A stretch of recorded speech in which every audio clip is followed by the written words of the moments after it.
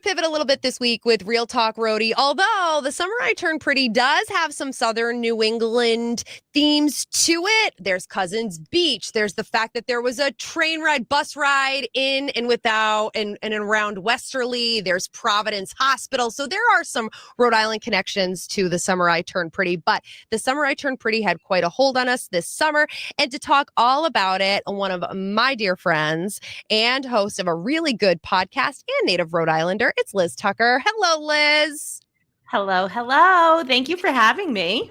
I'm so happy to have you. You love pop culture as much as I do, and you love all things bingeable television, just like The Summer I Turned Pretty. And on 92 Pro FM mornings, I kind of have my cast of characters. There's best friend Talia, there's the group chat, there's neighbor Nicole, and I often reference my friend Liz said, because you have such great takes on pop culture.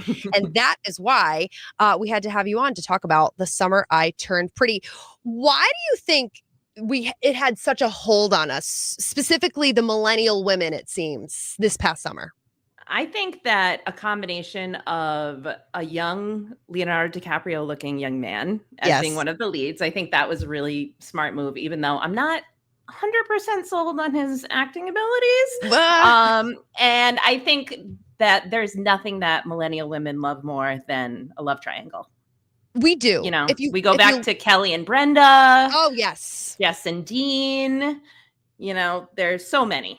Dawson's Creek kept coming. It kept creeping up with Joey and Dawson and Pacey with The Summer I Turned Pretty. You mentioned the acting, and I'm so glad that you did, because I wanted to really get to that. I think that because you went back and watched the first 3 episodes after you watched the series finale. And I think it's important to know, now, in your opinion, did they improve? Actually, I think it might have gotten a little bit worse.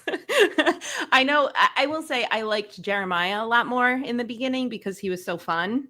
And I think that his character arc was a little bit, I don't know. I mean, he was kind of not depressing, but to see him go through, you know, the cheating and all that. Spoiler. I mean, obviously, whoever's listened to this has watched the whole series. Yes, right? We don't have and to I will make that known for everybody. Conrad started out. He was. I think Conrad actually was a little bit. I don't know if this is like me, an internal thing that I should probably work on. But like when he was kind of a jerk in the beginning, he was so much more attractive. I kind of get what you mean, and like, we love a bad boy. Because I felt the same way, like this past season, especially at the beginning of season 3, he was like whiny and not the kind of emo that is cute. It's almost like unattractive. Like he became like unattractive to me at the very beginning, but I think he eventually did redeem himself.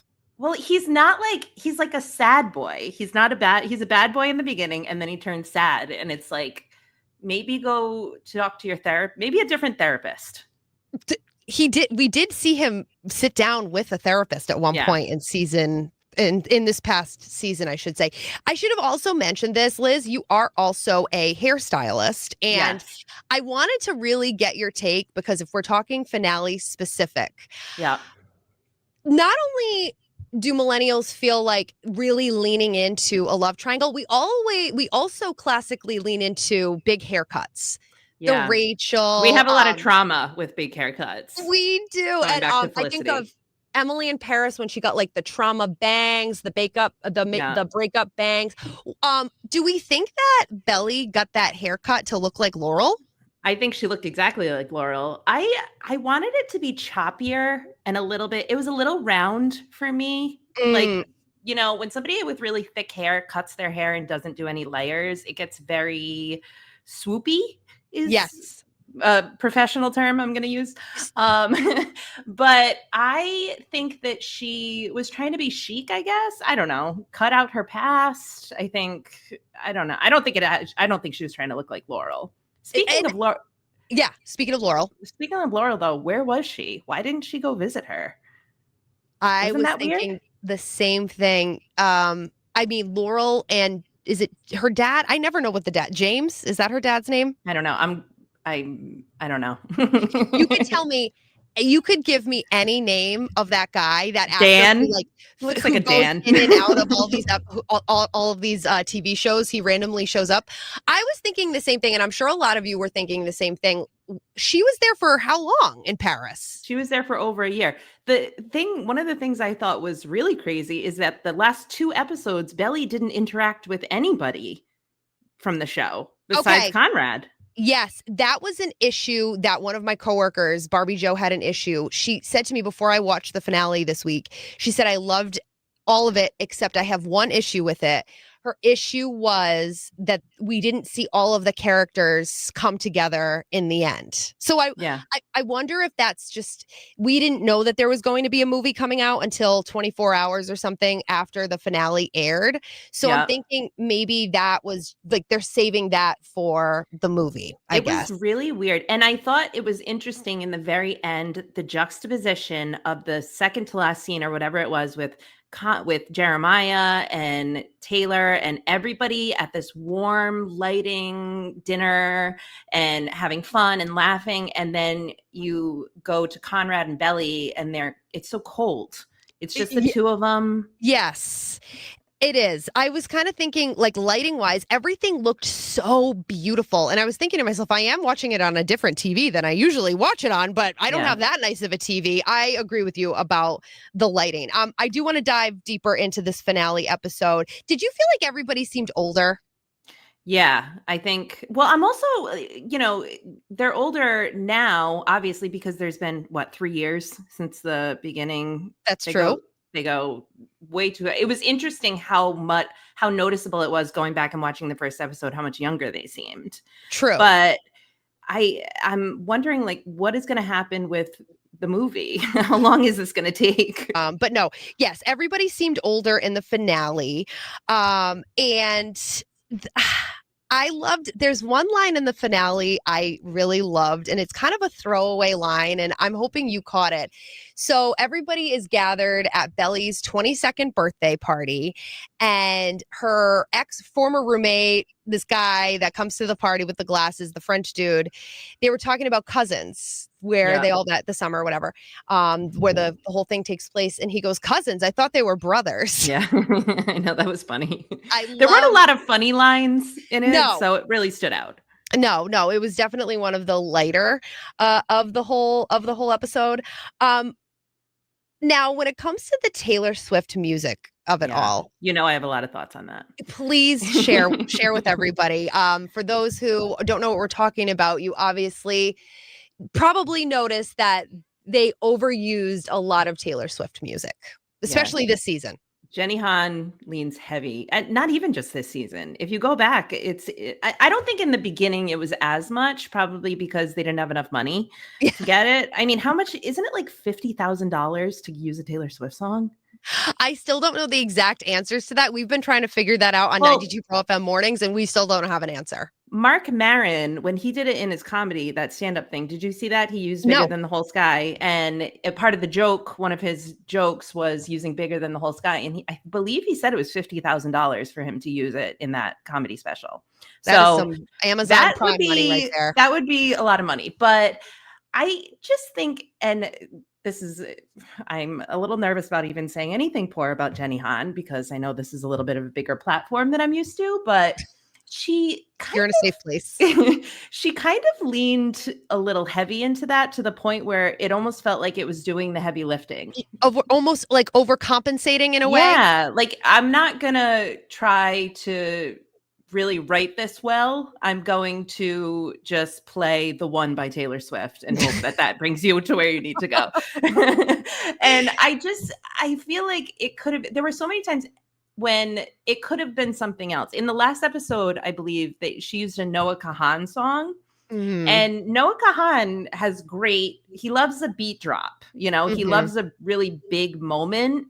And I feel like she could have leaned harder into other artists, like the Ariana Grande, We Can't Be Friends. That was a brilliant scene. That was probably my favorite scene in the whole show. That was the bachelorette party. The bachelorette, when she's having these flashbacks of Conrad. Yes. And it just fits so perfectly. And as much as I'm a huge Swiftie, but I just think that a lot of times, similar to her using the young looking Leo, I think that she leaned into other things to not have to do the work of getting us there on our own.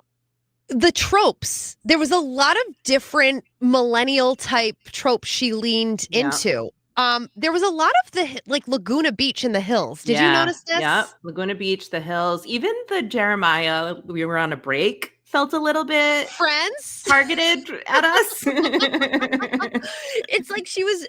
Oh, you know what else? Okay, wait. All right. So with the Laguna Beach stuff, like there was a couple things I remember now. I mean, obviously Taylor saying the word Steven was very triggering to those of Yeah. us who remember Kristen Cavallari and Steven. Oh, yeah. But even the character of Taylor overall was given big Casey energy. I love Taylor. Taylor was probably my favorite character in the whole show. I think that she From was the beginning one to end, or from just beginning to end. Yeah. I think her character arc was a perfect teen drama character arc, whereas the other ones did not feel as natural as she did. She could have been she could have been on the OC, she could have been on Gilmore Girls, she could have been in any of them. Okay, you mentioned Gilmore Girls. And I think we have talked about this because we didn't meet Taylor's mom until this season. Yeah. And I feel like they leaned a little too much into the Taylor and her mom relationship. Like, of course, I wanted to meet the mom, and it brought us more Taylor and more character development, more growth for Taylor. I just feel like it was too much Taylor and her mom at times. Well, yeah. I mean, I'm a hairdresser, and I could care less about your salon. So if I don't care, who's going to care? You know? But I think and I believe I said this to you before, that I think that what they were trying to do was show how much Steven was taking care of her by bringing him in to do the books for her mom and be the person that told her what was happening and kind of be the steady hands a little bit.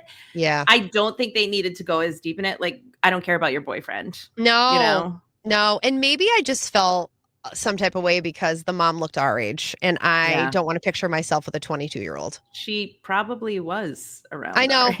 She seemed like the kind that would have a baby as a teenager. Well, it had that almost Ginny and Georgia Gilmore Girls growing up together. Yes. They leaned in on that. I loved Steven this whole season.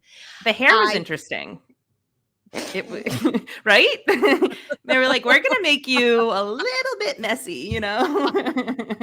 I don't know what it was though about him that was there's a lot about him that's charming. Yeah. He's witty, he's tall. Yeah. That always helps, especially when the Taylor's so mini. What did you make of the character of Denise? Great hair. Now, I think I was looking back on, her whole arc because I didn't want her with Steven. I think everyone was voting for Steven and Taylor. So you knew that wasn't going to go anywhere. I don't know that I buy her with Jeremiah either.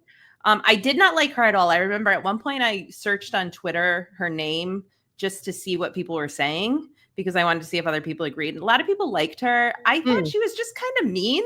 For a few episodes, she was just consistently mean and with little redeeming value. There's one thing I noticed about, if you want to talk about hair, I noticed that they had her in a slick back, business only hair, like low bun situation. Yeah. And then as she got warmer, they had the curls fly. Yeah. And let her hair down, so to speak. That was the curls between her and Jeremiah were probably the only reason why I find them redeeming as a couple, because I would just like to see what their children's hair would look like, honestly. Gorgeous curls. But I think that she came around. I came around to her towards the end.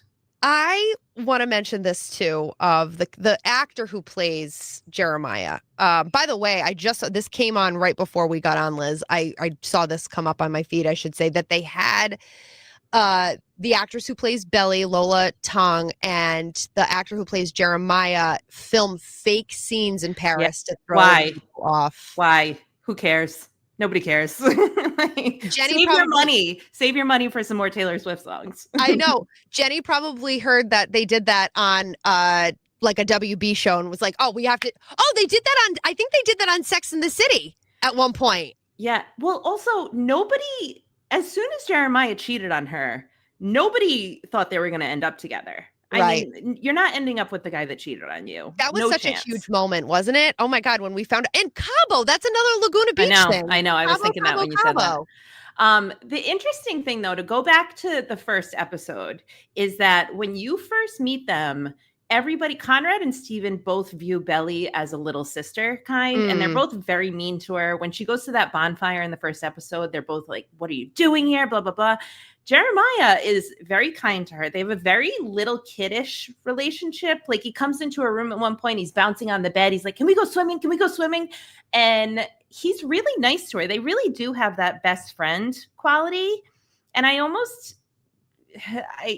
dislike that they even put them together in the way that they did, because I think that that could have been a really valuable friendship for her. And there's no way that that's lasting. Like, there's no way that their friendship is lasting as time goes on. Did you read the books? No. I did not read the books either. And I'm wondering if I would have had a different perspective on this whole show had I read the books. Yeah. I think that I don't always love reading the books before I watch the show or movie, because I feel like you get these ideas in your head and it almost never lives up to it. I know. All right. I want to talk about some of the other love stories within the love story. Yeah. Adam, the dad, and the champagne left over from the wedding. Hilarious. Because I get it. Like, you don't want to waste that, especially Vouv. It's like it's like $100 a bottle. And you would think a man of means would be like, who cares? But just the commitment that Adam had to that champagne was so noteworthy to me. Yeah. And I think we all have a love for Adam based on his time in That Thing You Do. You know, Thomas Everett Scott, right? That's his name? Yeah, he's another three-namer from the 90s. I think I have a theory that there was a trend going on in Hollywood with agents and management who were like, you need three names. You're not going to make it. But it's mostly like the B levels. You don't see a lot of A-listers with the three names. Yeah. And I wonder, do people actually call you that? Like, what a workout. Do you commit to the three names? Do you agree with me, side note, that what's his name again with the three names? Thomas Everett Scott. Brendan Fraser coded. I've always thought that. For some reason, I feel like they're very adjacent. But like, he's aged a lot better. Yes. You are correct. No, I kind of thought that Laurel and Adam were going to hook up towards the end. Laurel can't stand him. Like, you see. Fun fact, in the books, apparently they let it be known that she dated him before that. Susanna. Yeah. And then she introduced him to him. So it wasn't a bad thing. It wasn't, but they had a brief fling. I'd be into it. I have a few theories about the movie, and I kind of have a theory that maybe they'll hook up at the Bonrad wedding. Oh, they could. I love the Bonrad wedding of it all. They could easily, but then again, what do you make of Laurel and Belly's dad? I thought they were going to go the distance. I thought they were going to get back together. And when they didn't, and they just kind of brushed it aside, that's when I was like, oh, maybe they're setting the stage for her and Adam, because they do have some chemistry. They do. Even though I wasn't so crazy about the Belly dad character, I don't know. He just didn't sell it for me the way I really wanted him to, like some of the other characters throughout the 3 seasons. I wanted you to share your theories about the movie. So I think it's going to be the wedding. I don't think that Jenny Han is creative enough to come up with another scene for this. So I think it's going to be the wedding. I don't think Denise and Jeremiah are still going to be together. I don't see that lasting. Mm-hmm. I could see her being there, but I don't think that they're still going to be together. I think it'll probably explore Jeremiah becoming more comfortable with them. And I think Taylor might be pregnant. Okay. But now Jenny did say, oh, there's another big milestone for Belly. So you're thinking that's the wedding, or is that too obvious? Or did she cut her hair shorter? I don't think you can jump past everybody getting comfortable with these two being together again. I mean, we spent a whole season prepping for a wedding that didn't even happen. Right. No, you're So right. we need a wedding. And she did write a wedding in the books, from what I Yes. understand. So I don't think you can completely skip out unless they do a brief wedding in the beginning, kind of similar to the Sex and the City movie, where Yeah. they do the wedding in the beginning and then they kind of skim past it into just their life together. Mm-hmm. Yes, But I can see that. there needs to be some kind of turmoil. I know, because then we don't want just like a happy hour and a half of Taylor Swift music the whole time. Like we No. need some kind of conflict. Is So there any Taylor Swift music left? Oh, she's gonna use don't the forget. showgirl music. And also, are we going to be as excited 2 years from now when the movie drops? I don't know. That's the problem with a lot of these shows these days. They spend too much time. It's too far apart. At least they're older, so we don't have to worry about, like Stranger Things, where the kids are now 25 years old. I know. So I think, they could take a little time, but she said they haven't even started it yet. Do you think that she's written it? Yes, if I know Jenny as well as I think I know Jenny, I think she has definitely started on the script, and they should be filming as soon as possible. Just a couple other things here before I let you go, Liz. At the very end of our series finale of The Summer I Turned Pretty, we see Christmas in Paris with... Yeah, why was it so long? Ran out of Taylor Swift music. No, there were 800 pictures that were exactly the same. I was hoping for a little more of their life there. Did Benito take those pictures? Now, really quick, how about Benito gifting Belly like a 16 by 20 picture of herself for her birthday? Like, thanks. I know. Like, I actually really love that character. I don't know how much he plays a role in the books. But we knew that was just going to be there to throw us off. It was never going to be like a 3 situation here. It was always going to be between the 2 brothers. Yeah. And I think it was just important that Belly have relations with somebody whose last name wasn't Fisher. Like, she needed to branch out. You can't only have the 2 men that you've been with your entire life be brothers. That's crazy. I loved that group of friends in Paris. Me too. I wanted more. Me too. I could have done a whole spinoff of it, but I'm glad we ended it, because I think that when you get too far past the books, you look at Game of Thrones, and when they start to go branch off on their own, bad things happen. Like Big Little Lies, I'm nervous about, Yeah, I know. And I also forgot about anything that had happened in Big Little Lies. So I remember Meryl Streep screaming. That's it. That's very memorable as well. But just on a global scale of the series finale, did you have big reactions to anything? Like, did anything make you cry? Did anything get you like charged up? No, I was not emotionally invested at all in this show. I enjoyed it, but it certainly did not have the effect of, I've been rewatching Dawson's Creek, and seeing Pacey and Joey together was like, even now to this day, 20 years later, it's still, I have a visceral reaction to them finally getting together. Dawson finding out, none of that really happened with this one. I think that I just didn't find the chemistry between the leads to be that great. Jeremiah and Conrad, I still don't even really believe that they're brothers. I know they're not really brothers, obviously, but like, nothing about them struck me as these 2 people are related. Like, I think if they had cast it with 3 different people, I think it could have been a completely different show. But to one of the points that you've made in the past, they didn't have enough money for the actors because they spent too much on the soundtrack. So we get what we get with that. I know. Well, it's like, I was thinking about To All the Boys You Loved Before. Remember, did you watch that movie? I did not watch that series. Okay, you should watch it. It's great. But like, the lead characters have such good chemistry. They sold the whole movie on their chemistry. And I think that they could have taken that into consideration a little bit more. But obviously I'm in the minority because everybody was obsessed with it. I just don't know that this is going to like stand the test of time the way a lot of the other triangles did.